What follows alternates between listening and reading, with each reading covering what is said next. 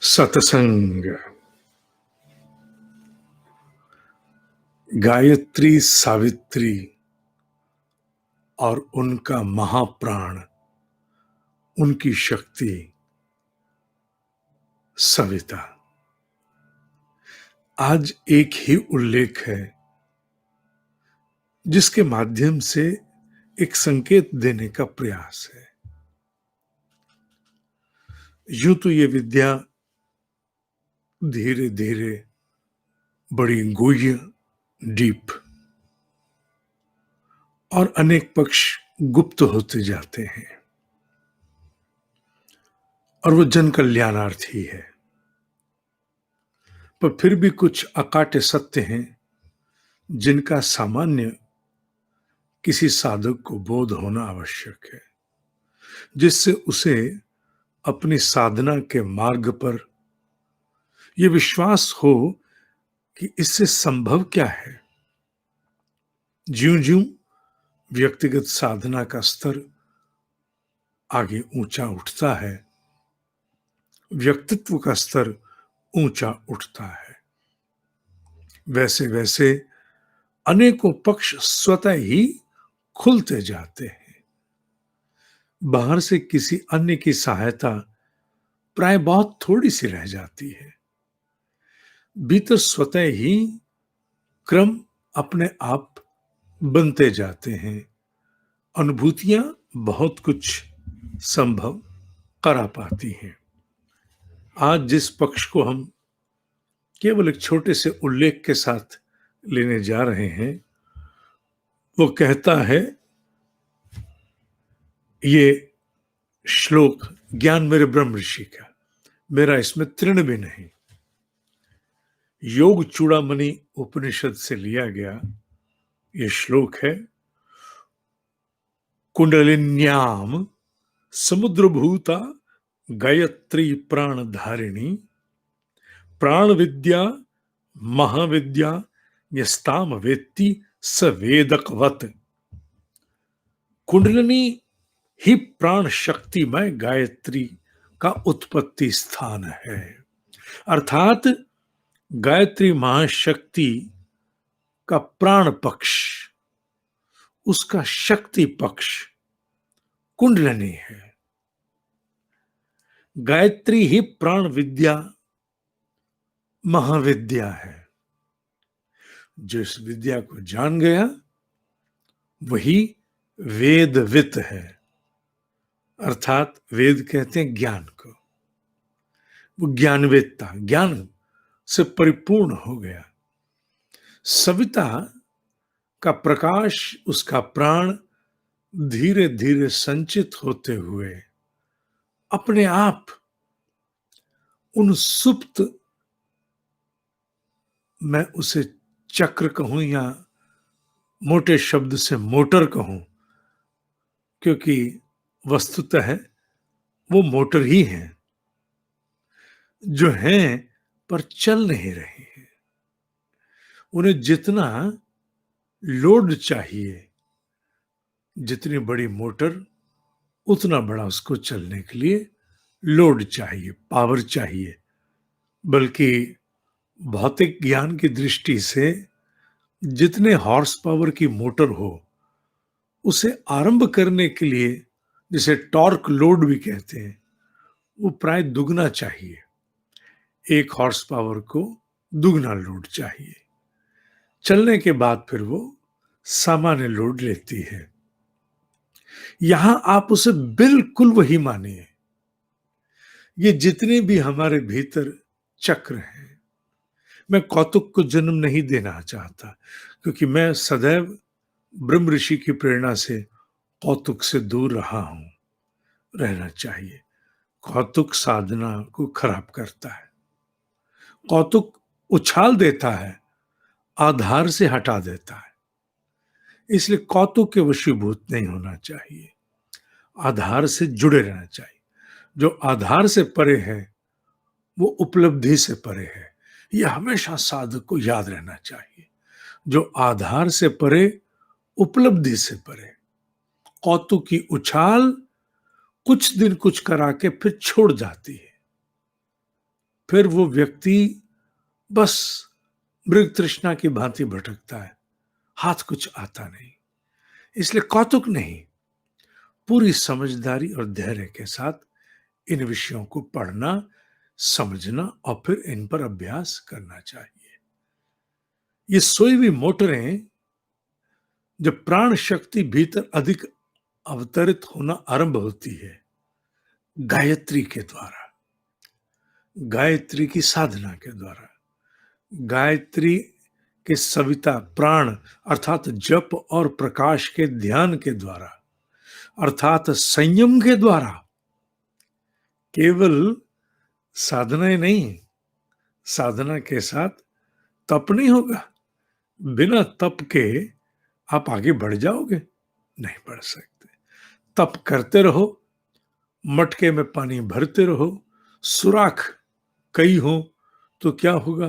पानी आएगा, बह जाएगा, घड़ा भरेगा ही नहीं। तो घड़ा भरना एक बात, घड़े में पानी को रोक पाना दूसरी बात। दोनों चाहिए। और जो संयम है वो कौतुक के बस का नहीं है, तप का विषय है।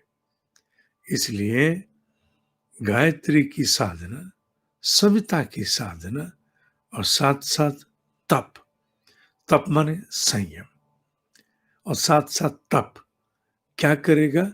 ये प्राण शक्ति की मात्रा को अस्तित्व में इकट्ठा करेगा।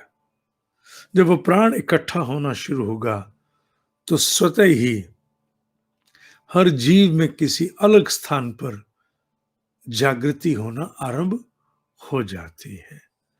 बहुत से लोग अपनी व्यवस्था से, एक व्यवस्था के अंतर्गत मूलाधार से आरंभ करके ऊपर उठते हैं। वो भी एक व्यवस्था है, पर वो भी कोई जल्दी होने वाली अवस्था नहीं है। उसमें भी कितना गिरना पड़ना पड़ता है मैं जानता हूं। मेरा व्यक्तिगत अनुभव तो नहीं, पर जिनका अनुभव है उन्हें मैं जानता हूं। भयंकर कठिनाई के बाद व्यक्ति कुछ उपलब्धि से आगे बढ़ पाता है, पर उसके स्थान पर इस पिपलिका मार्ग से, इस गायत्री के मार्ग से, बिना किसी अवरोध के, बिना किसी संकट के, बिना किसी प्रकार की आशंका से साधक पूरे विश्वास के साथ राजमार्ग पर, नेशनल हाईवे पर चलता हुआ आगे बढ़ता जाता है।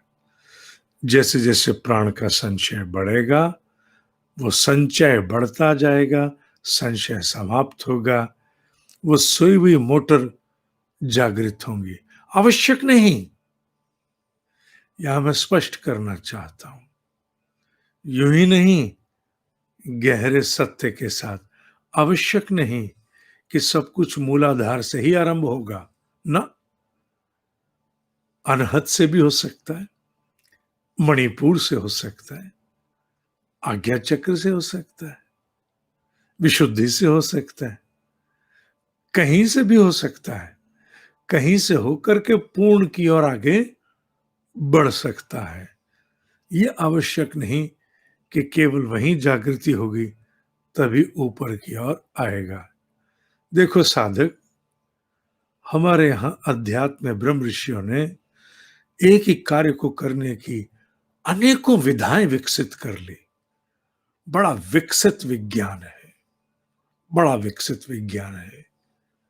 अतः मैं केवल यहीं तक रहूंगा जो इस प्रकाश के ध्यान और विशेष रूप से गायत्री सावित्री का महाप्राण सविता से जुड़ा है।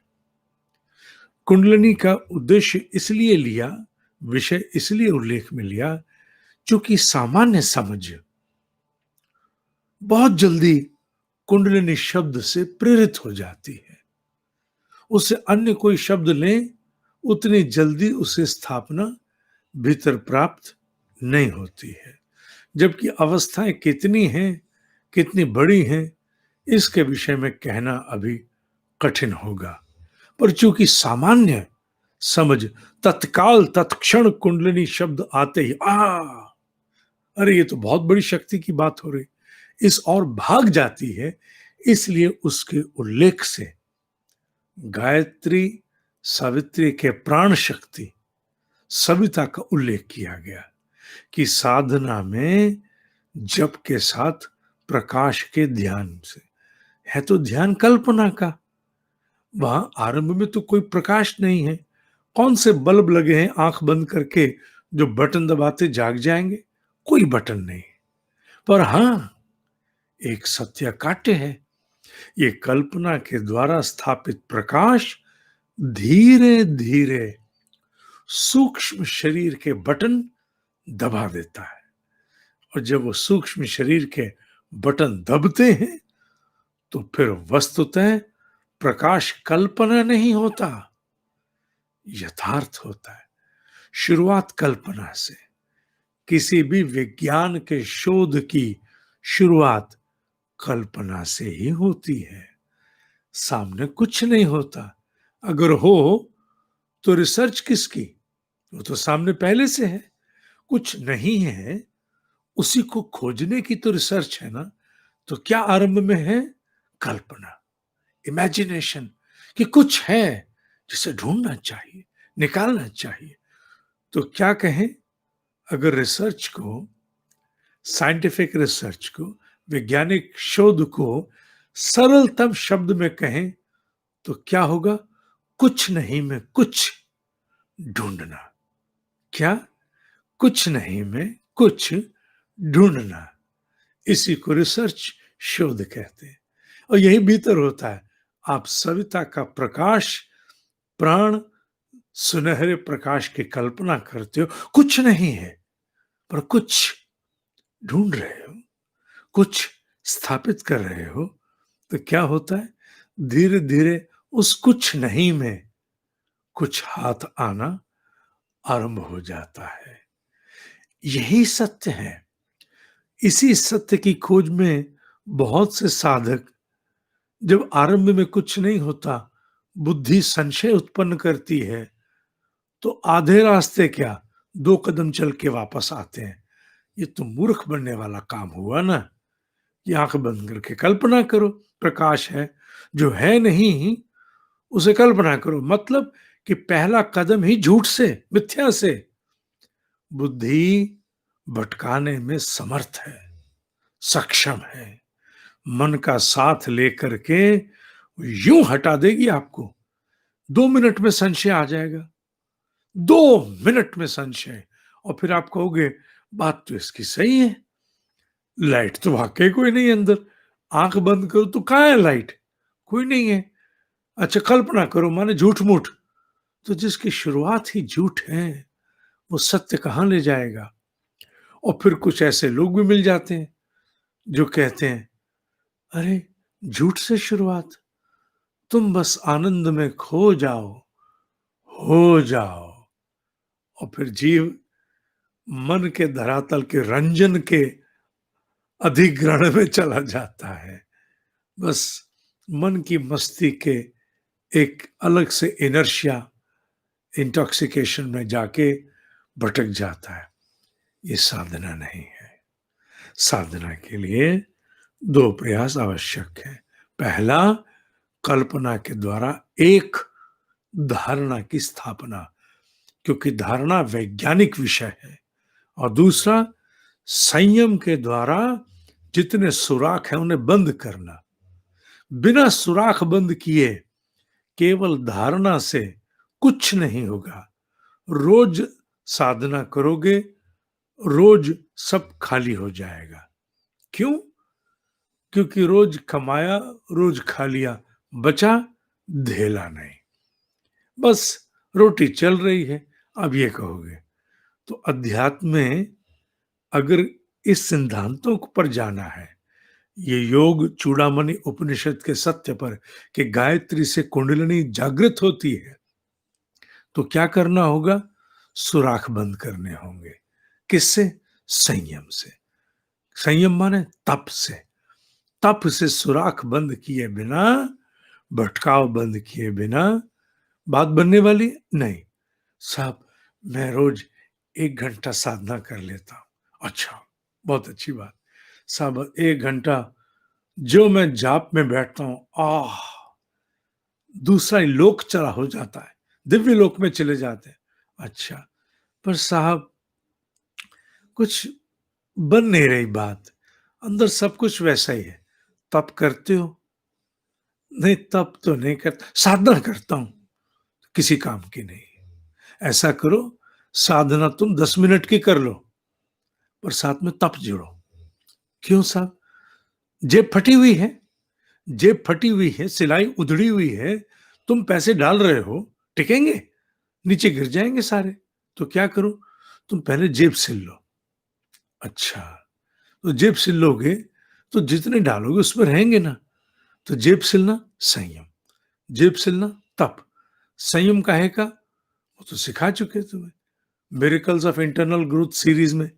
अर्थ का संयम, विचार का संयम, विहार का संयम, समय का संयम, व्यवहार का संयम, वाणी का संयम, ये सारे संयम, ये तप होते हैं। हाँ, तप होते हैं। अच्छा, तप वो नहीं जो एक टांग पे। पता नहीं कब समझोगे तुम जाके। तप वो नहीं होता जिसमें सब खाना पीना छोड़ करके।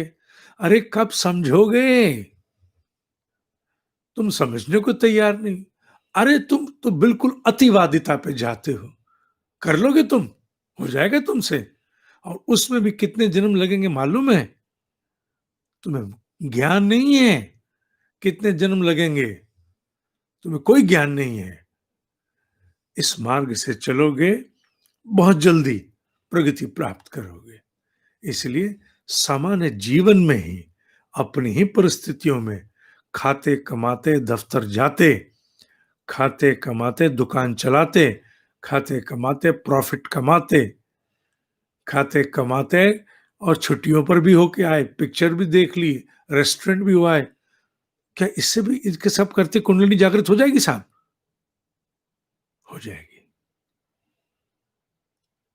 ऐसे उदाहरण हैं, मैं खड़े तो नहीं तुम्हारे सामने कर सकता, तो हम कैसे मान लें? अब ये तुम्हारे ऊपर है, मानो या ना मानो, पर सत्य यही है। कोई अलग दुनिया नहीं है जिसमें जाके तप होता है।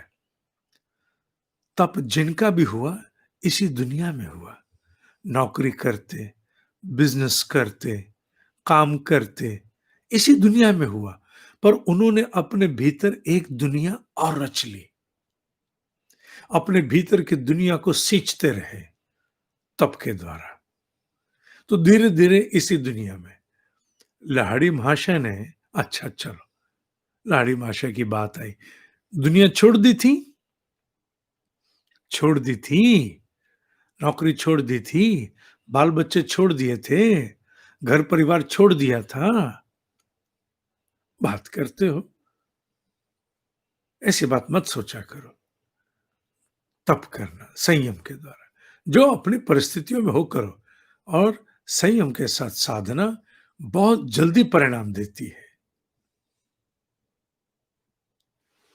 ओम ही सत्य है, ओम ही सत्य है, ओम ही सत्य है।